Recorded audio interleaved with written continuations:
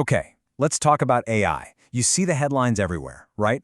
It feels like this simple, scary story. Technology is coming for our jobs. But what if that's not the whole picture? Today, we're going to cut through all that noise. We're going to look at this through the lens of Simon Sinek. And trust me, he has this incredible way of finding the deeper, more human story in all of this. AI's real purpose and what it's truly asking of us. So let's just get right to it. 300 million. That's the number from Goldman Sachs, the number of jobs they say could be threatened by AI. I mean, wow, that is a huge number. And you can totally see why it's causing so much anxiety, right?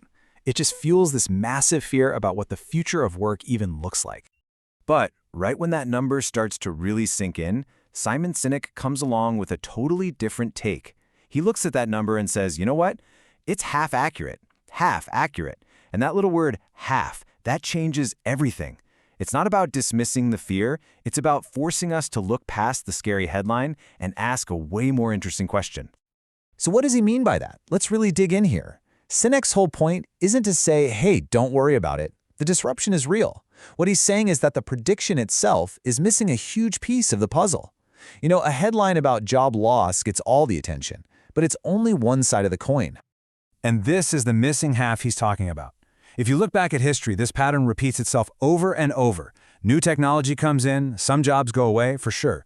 But at the same time, it creates whole new kinds of jobs we couldn't have even dreamed of 20 or 30 years ago. And that's the real problem with these predictions, isn't it? It's pretty easy to guess which jobs might disappear, but it's basically impossible to predict the ones that haven't been invented yet. And to really get this, it helps to take a step back and look at the past.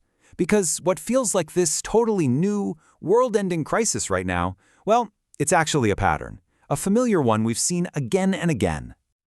Just look at this. This timeline really puts things in perspective.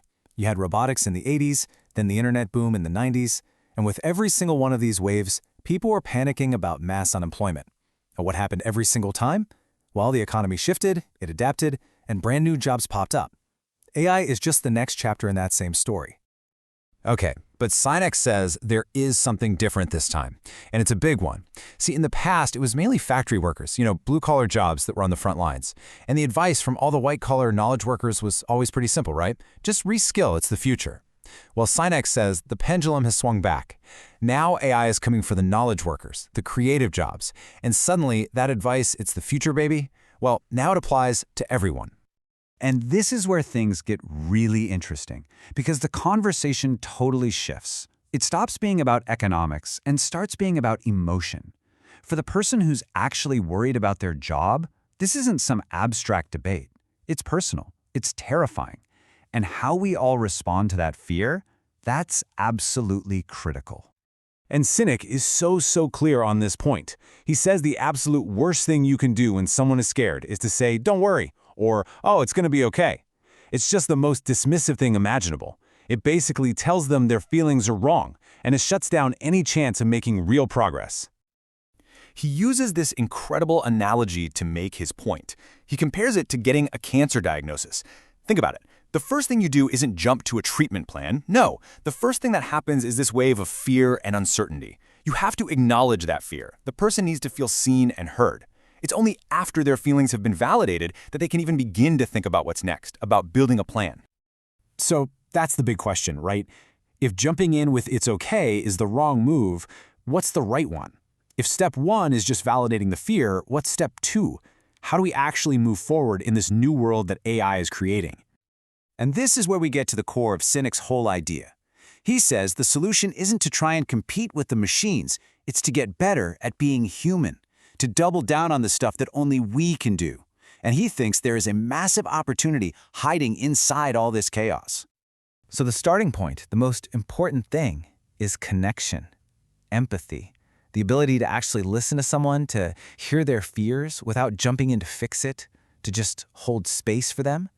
That is the foundational skill for this new era. And it's something AI, for all its power, just can't do. This is what he calls the new human skills marketplace. Think about it. The skills we need most right now.